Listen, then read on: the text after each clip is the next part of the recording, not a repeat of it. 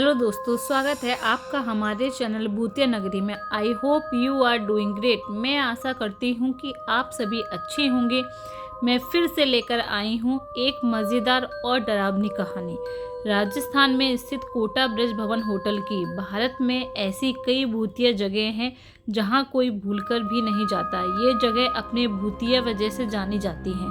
इसी तरह हम एक भूतिया जगह की बात करने जा रहे हैं, ब्रज भवन के बारे में, जो राजस्थान के कोटा शहर में स्थित है। ये अंग्रेजों के समय की हवेली थी जिसे अब होटल के रूप में बदल दिया है। आज यह राजस्थान में मशहूर होटलों में से एक है। यहाँ पर देश विदेश से लोग आकर ठहरते हैं। होटल में ठहरने वाले लोगों की बात करें तो इस होटल में एक साया है। होटल में रुके लोगों का कहना है कि होटल में किसी की आहटों की आवाज़ आती है, किसी आत्मा को देखा है।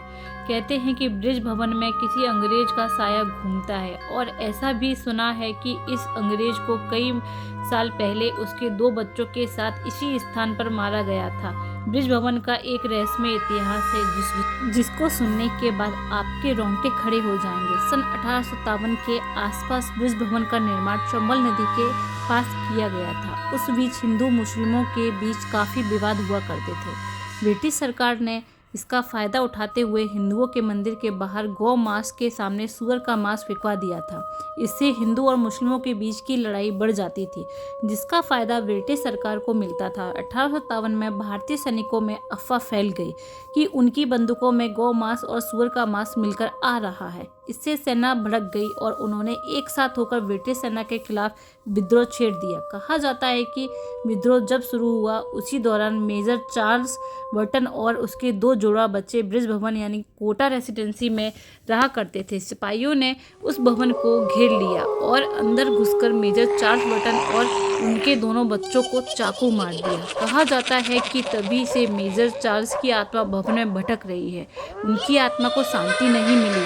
कोटा की पूर्व महारानी ने भी यह कहा कि उन्होंने अपने ड्राइंग रूम में कई बार चार्ल्स बर्टन का भूत देखा है। महारानी के मुताबिक उसने कभी किसी को परेशान नहीं किया। ब्रज भवन अब गेस्ट हाउस बन गया है।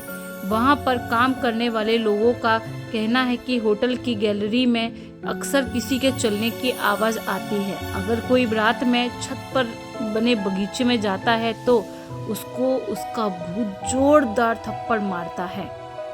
वह भूत किसी को सोने नहीं देता। जो भी सोता है तो उसे वह चार्ल्स बर्टन का भूत थप्पड़ मारता है। पर यह भी कहा जाता है कि उसने अभी तक किसी को ज़्यादा नुकसान नहीं पहुंचाया। आज भी शायद लोगों को लगता है कि चार्ल्स बर्टन की आत्मा वह हवेली में अभी भी रहती है। आज की स्टोरी में बस इतना ही था। मैं ऐसी ही और मज़ेदार स्टोरीज लेकर के आती रहूँगी। प्लीज़ मेरे चैनल को लाइक, सब्सक्राइब, शेयर और कमेंट कीजिएगा कि आपको मेरी स्टोरी कैसी लगी।